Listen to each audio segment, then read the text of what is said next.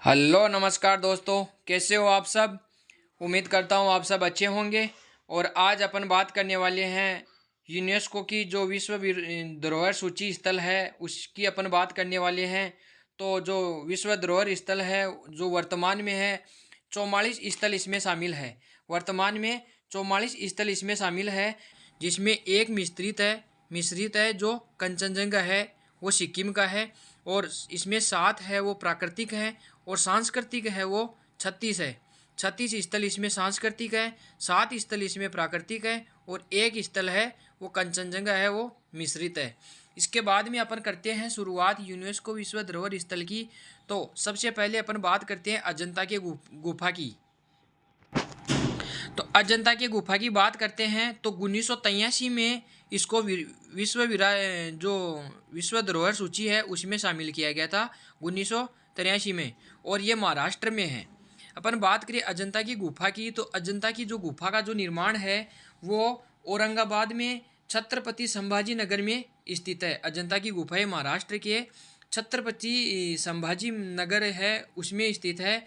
और इसका जो निर्माण है वो वाकाटक राजाओं के द्वारा किया गया था। 200 ईसा पूर्व से लेकर 650 ईसा पूर्व तक किया गया था। कब किया गया था? 200 ईसा पूर्व से लेकर 650 ईसा पूर्व के बीच में इसका निर्माण किया गया था। और इसमें अगर देखें तो ये बौद्ध धर्म से संबंधित है। ये जो अजंता की गुफा है वो बौद्ध धर्म से संबंधित है। इसके बाद में अपन बात करें आगरे के किले की। तो इसमें आगरे की जो किले की अपन बात करें तो सबसे पहले मैं आपको बताना चाहूँगा जो आगरा का जो किला है वो मुगल बादशाह अकबर ने 1565 में इसे शुरू किया था और 1573 में ये बनकर तैयार हुआ। ये एक ऐतिहासिक किला है जिसे लाल किला या किला ए अकबरी भी कहा जाता है। मुख्य रूप से राजस्थान के जो लाल बलुआ पत्थर है इनके द्वारा ये बनाया गया है। लाल बलुआ पत्थरों से बनाया गया है और ये यमुना नदी के किनारे पर स्थित है। और इसे लगभग 4000 कारीगरों ने कम से कम 8 वर्षों में पूरा किया था। और आगरा का जो किला है उसे भी 1983 में ही विश्व धरोहर स्थल सूची में इसमें शामिल किया गया है और ये है उत्तर प्रदेश में। है। और ताजमहल, इसके बाद में ताजमहल है तो ताजमहल को भी 1983 में यूनेस्को की सूची में इसे शामिल किया गया है और ताजमहल भी उत्तर प्रदेश में है और आगरा से कम 2.5-3 किलोमीटर दूर है ताजमहल।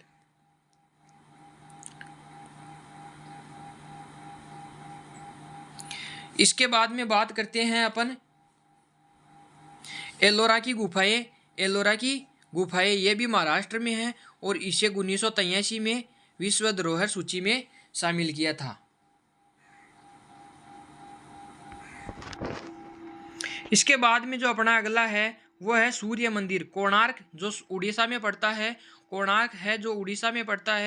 कोणार्क जो सूर्य मंदिर है उसको 1984 में विश्व धरोहर सूची में शामिल किया गया था, जो गंगवंश ने बनवाया था। किसने बनवाया था? गंगवंश ने बनवाया था, जो नरसिंह देव फर्स्ट ने बनवाया था। उसके बाद में महाबलीपुरम में स्मारकों का समूह था। महाबलीपुरम में जो स्मारकों का समूह था वह तमिलनाडु में है और 1984 में इसको विश्व विरासत सूची में से शामिल किया है। इसके बाद में अपना अगला है वो है केवलादेव राष्ट्रीय उद्यान जो राजस्थान में है। राजस्थान के भरतपुर जिले में है और इसे गन्ना पक्षी विहार अभ्यारण्य भी कहते हैं और साइबेरियन पक्षियों के लिए प्रसिद्ध है ये। और ये पहला प्राकृतिक विश्व धरोहर स्थल है। और मैंने बताया आपको कि जो प्राकृतिक है वो 7 हैं। प्राकृतिक जो स्थल है वो 7 हैं, जिनमें जो पहला है वो है केवलादेव राष्ट्रीय उद्यान जो भरतपुर राजस्थान में है और इसे 1985 में विश्व धरोहर सूची में शामिल किया है। Birdman of India doctor Salim Ali को कहते हैं। इसके बाद में जो सेकंड प्राकृतिक है वो है काजीरंगा राष्ट्रीय उद्यान जो असम में है।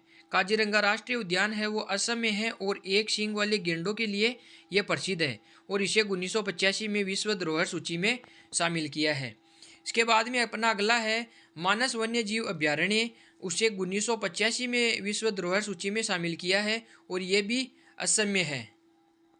इसके बाद में है गोवा के चर्च और कॉन्वेंट, गोवा के चर्च को और कॉन्वेंट को 1986 में विश्व धरोहर सूची में शामिल किया है। इसके बाद में है हम्पी के स्मारकों का समूह है, हम्पी के जितने भी स्मारक हैं उनका जो समूह है उन्हें 1986 में विश्व धरोहर सूची में शामिल किया है और इसे ओपन म्यूजियम भी कहते हैं। विश्व का सबसे बड़ा ओपन म्यूजियम है वो हम्पी का है और हम्पी है जो विजयनगर साम्राज्य की राजधानी थी।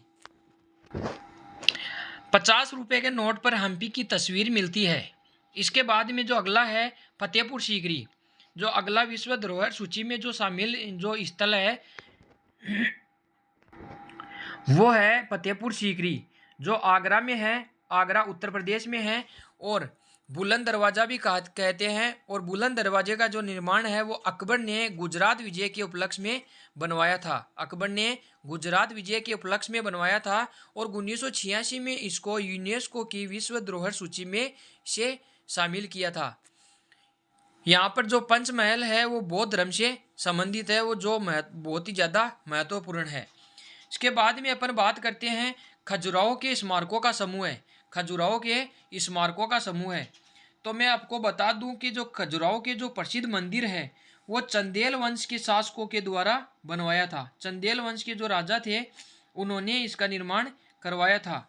और इन मंदिरों का जो निर्माण है वो 950 ईस्वी से 1050 ईस्वी के बीच में हुआ था और इनके जो मंदिर है वो पंचायतन शैली में बनवाए थे। और इसको जो यूनेस्को की जो विश्व धरोहर सूची है उसको 1986 में इसे शामिल किया है। तो खजुराहो के जो स्मारकों का जो समूह है उसे 1986 में विश्व धरोहर सूची में शामिल किया है और ये मध्य प्रदेश के छतरपुर जिले में स्थित है। जो खजुराहो मंदिर है वो मध्य प्रदेश के छतरपुर जिले में स्थित है। अधिकांश मंदिरों का निर्माण चंदेल राजाओं और यशोवर्मन तथा धन के शासनकाल में हुआ और ये जो मंदिर है वो नागर शैली की वास्तुकला के बेहतरीन उदाहरण है जो अपनी कामुक और विस्तृत मूर्तियों के लिए जाने जाते हैं। इसके बाद में अपन आगे बात करें सुंदरवन राष्ट्रीय उद्यान, जो अगला है वो है सुंदरवन राष्ट्रीय उद्यान। इसे 1987 में यूनेस्को की सूची में शामिल किया गया था और ये पश्चिमी बंगाल में है। सुंदरवन जो राष्ट्रीय उद्यान है वो 1987 में यूनेस्को में शामिल हुआ और पश्चिमी बंगाल में स्थित है। और सुंदरवन को सुंदरी वन भी कहते हैं और मैंग्रोव वन भी कहते हैं। और यहाँ पर जो सुंदरवन राष्ट्रीय उद्यान है ये रॉयल बंगाल टाइगर के लिए प्रसिद्ध है। इसके बाद में जो अपना अगला है वो है एलिफेंटा की गुफा। एलिफेंटा की गुफाएं है वो महाराष्ट्र में है। एलिफेंटा की गुफाएं कहाँ पर है? महाराष्ट्र में है और 1987 में इसको विश्व विरासत सूची में इसे शामिल किया है और ये महादेव से संबंधित है और 7 गुफाएं इसमें एलिफेंटा की जो गुफाएं हैं वो 7 गुफाएं हैं। इसके बाद में जो अगला है वो पतदकल के स्मारकों का समूह है और इसे 1987 में यूनेस्को की विश्व स्थल सूची में शामिल किया है। इसके बाद में जो अपना अगला है वो है महान जीवित चोल मंदिर। महान जीवित चोल मंदिर जो तमिलनाडु में है और 1987 में इसको यूनेस्को की सूची में शामिल किया। उसके बाद में कुछ पार्ट और थे जिनको 2004 में शामिल किया गया है। इसे ग्रेट लिविंग चोल मंदिर भी कहते हैं जिसको वृद्धेश्वर मंदिर के नाम से भी जाना जाता है जो तमिलनाडु के लिए प्रसिद्ध है। उसके बाद में जो अगला है नंदा देवी एवं फूलों की घाटी को भी यूनेस्को की जो सूची है उसमें शामिल किया गया है और ये जो नंदा देवी और फूलों की घाटी है वो उत्तराखंड में है और नंदा देवी है उसे 1988 में यूनेस्को सूची में शामिल किया और जो फूलों की घाटी है उसे 2005 में यूनेस्को की सूची में शामिल किया है। इसके बाद में बात करें सांची का बौद्ध स्तूप। जो सांची का जो बौद्ध स्तूप है वो मध्य प्रदेश में है और जो सांची का जो बौद्ध स्तूप है इसकी बात करें अपन सांची के बौद्ध स्तूप की तो मौर्य सम्राट अशोक ने 3री शताब्दी ईसा पूर्व में यह बनवाया था और मध्य प्रदेश के रायसेन जिले में स्थित है। जो सांची के स्तूप है वो मध्य प्रदेश के रायसेन जिले में स्थित है और सम्राट अशोक ने इसका निर्माण करवाया था और इसका जो उद्देश्य था वो था भगवान बुद्ध की स्मृति में और बौद्ध धर्म के प्रचार प्रसार के लिए इन्होंने इसका निर्माण करवाया था। और इसे 1989 में यूनेस्को की विश्व धरोहर सूची में इसे शामिल किया है। तो सांची के स्तूप की एक जो सबसे जो पवित्र भाग होता है सांची के स्तूप का, वो ऊपर का भाग होता है और उसे हर्मिका के नाम से जाना जाता है। और जो सांची का स्तूप है वो अभी जो वर्तमान में 200 का जो नोट चल रहा है उस पर सांची का स्तूप अंकित है। इसके बाद में अपन बात करिए हुमायूं के मकबरे की, तो हुमायूं का जो मकबरा है, अपन बात करिए हुमायूं के मकबरे की, तो हुमायूं का जो मकबरा है वो नई दिल्ली में स्थित है और 1993 में इसे यूनेस्को की विश्व विरासत सूची में इसे शामिल किया गया है। और ये इसे पूर्व का ताजमहल भी कहते हैं और इसे चारबाग शैली में बनवाया गया है। हुमायूं के मकबरे को चारबाग शैली में बनवाया गया है। और दिल्ली में स्थित हुमायूं का जो मकबरा है मुख्य रूप से हुमायूं की जो पहली पत्नी थी और मुख्य संगिनी थी बेगा बेगम, जिन्हें हाजी बेगम के नाम से भी जाना जाता था, उनके लिए बनवाया है। और यह मकबरा 1565 से लेकर 1572 के बीच हुमायूं की याद में तथा उनकी मृत्यु 1556 के कुछ समय बाद ही बनवाया गया था। इसके जो वास्तुकार है वो मिर्जा गियास थे, जिन्हें फारसी ईरान भी बुलाया जाता है। और यह उद्यान मकबरा है, भारत का पहला उद्यान मकबरा है जिसे इंडो इस्लामिक वास्तुकला का बेहतरीन उदाहरण माना जाता है। इसके बाद जो अगला है कुतुब मीनार। कुतुब मीनार को 1993 में यूनेस्को की विश्व विरासत सूची में इसे शामिल किया है और ये दिल्ली में है कुतुब मीनार। और कुतुबुद्दीन ऐबक ने इसे शुरू किया था, कुतुबुद्दीन ऐबक ने शुरू किया था। और ये कुतुबुद्दीन ऐबक है वो गुलाम वंश से संबंधित है। किससे संबंधित है? गुलाम वंश से संबंधित है ये। और गुलाम वंश का जो चला था वो था, गुलाम वंश का जो शासन था 1206 से लेकर 1290 तक। और जो कुतुबुद्दीन ऐबक था वो 1206 से लेकर 1210 तक रहा। उसके बाद में 1210 में आ जाता है इल्तुतमिश। तो इल्तुतमिश ने इसका पूर्ण निर्माण करवाया। उसके बाद में फिर जो ऊपर की जो 2 मंजिल थी, जो कुतुब मीनार की जो ऊपर की जो 2 मंजिल थी, उन दोनों मंजिल को जो पुनः मरम्मत थी उसकी, वो फिरोज शाह तुगलक ने करवाई थी। इसके बाद में जो अगला यूनेस्को जो विरासत है वो है भारत की पर्वतीय रेलवे। भारत की जो पर्वतीय रेलवे हैं उनको शामिल किया है। तो पर्वतीय रेलवे में जो पहला है वो दार्जिलिंग हिमालयन रेलवे है, उसको 1999 में यूनेस्को की सूची में शामिल किया है और ये पश्चिमी बंगाल में स्थित है। उसके बाद में जो दूसरा है वो नीलगिरी माउंटेन रेलवे। कौन सा है? नीलगिरी माउंटेन रेलवे है। उसे 2005 में इसे यूनेस्को की सूची में शामिल किया है।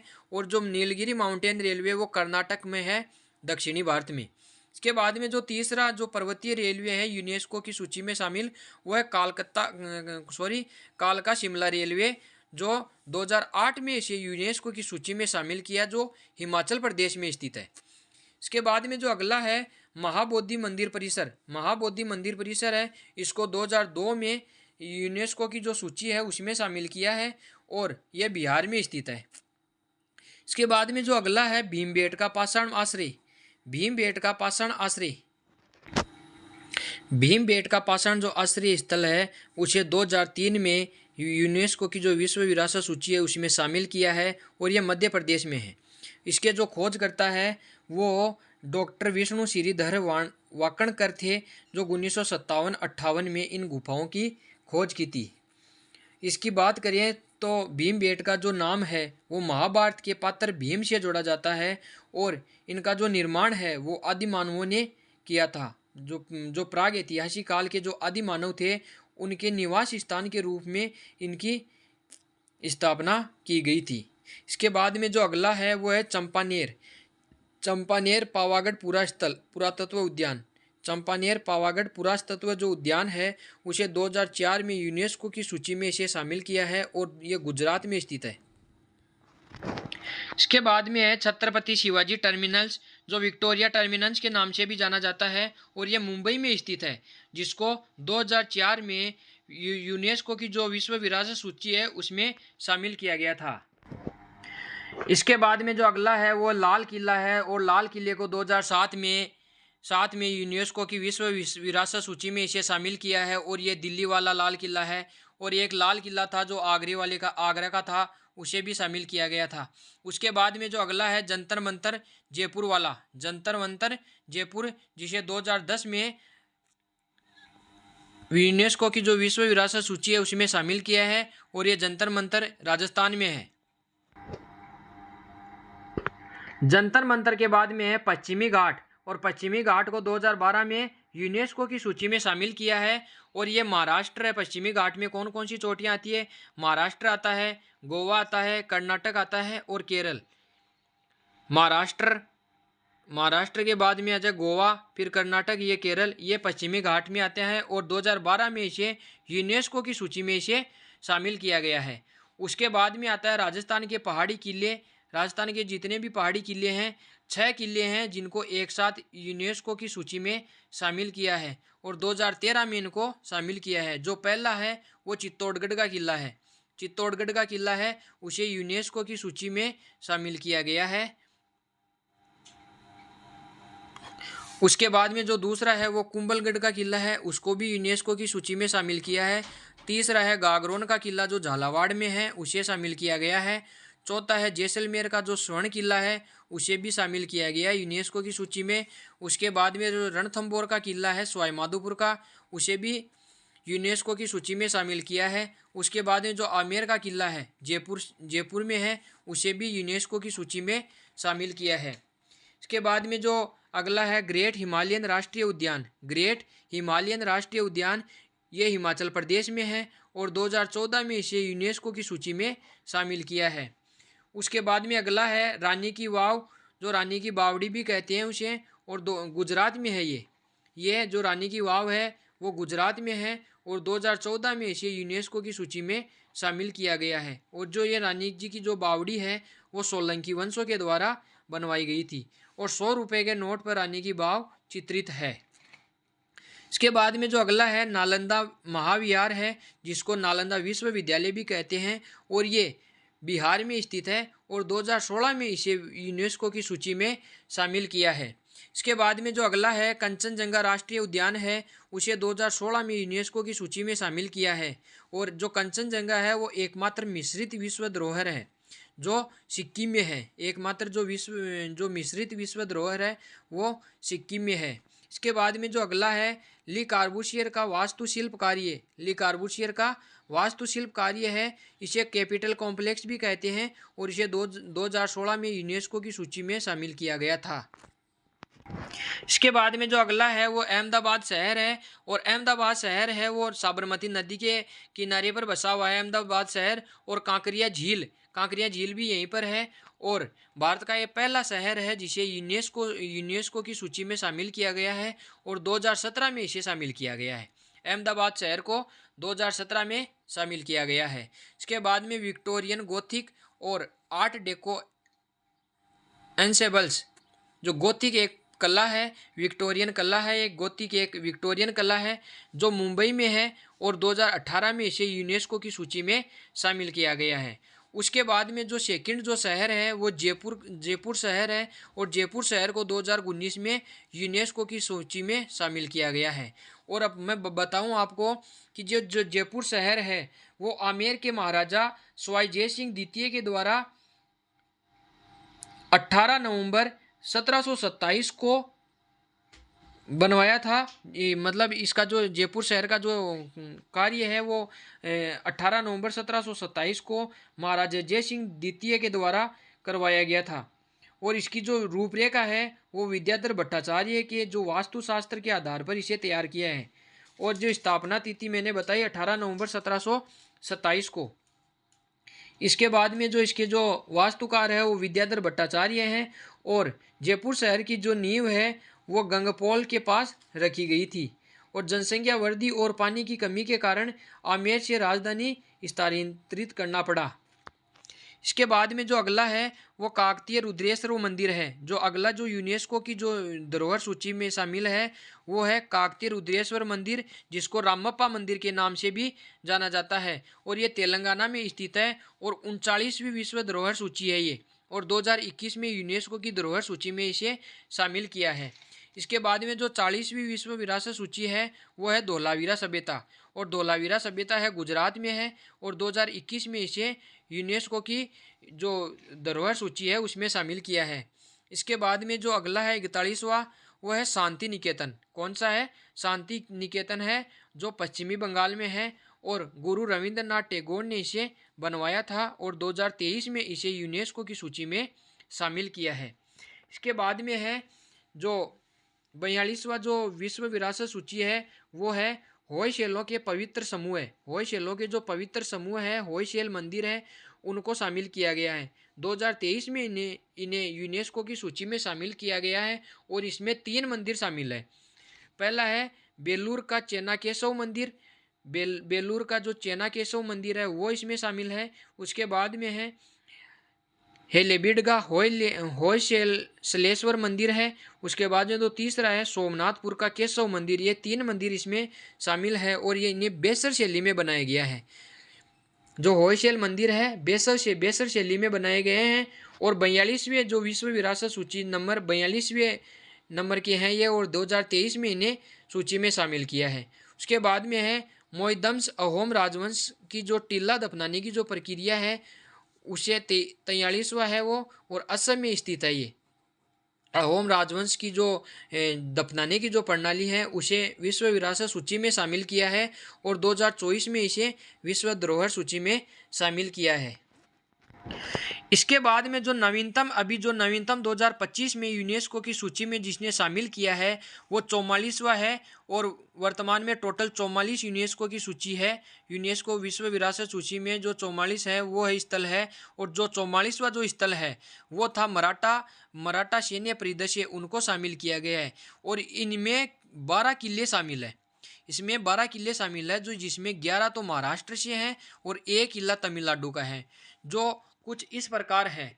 पहला है सालेर का किला, नासिक महाराष्ट्र में है सालेर का किला। उसके बाद में दूसरा है शिवनेरी का किला, जो पुणे में है, पुणे महाराष्ट्र में है, और शिवाजी की जन्मस्थली भी इसे कहा जाता है। इसके बाद में जो तीसरा है लोहगढ़ का किला है, लोनावाला के पास में स्थित है। इसके बाद में जो चौथा है वो खंडेरी का किला है, और रायगढ़ है, इसे रायगढ़ जिले में स्थित है। जो रायगढ़ है वो शिवाजी की राजधानी भी थी। इसके बाद में है राजगढ़ का किला, जो पुणे महाराष्ट्र में स्थित है। उसके बाद में जो 6 नंबर पर था वो है रायगढ़ का किला, शिवाजी की राजधानी भी कहते हैं। ये 6 नंबर जिले था महाराष्ट्र का। उसके बाद में जो 7वां था वो प्रतापगढ़ का किला था। प्रतापगढ़ का सतारा जिले में स्थित है महाराष्ट्र में। इसके बाद में 8 नंबर पर था वो स्वर्णदुर्ग का किला है, रत्नगिरी जिले में है, इसे गोल्डन फोर्ट भी कहते हैं।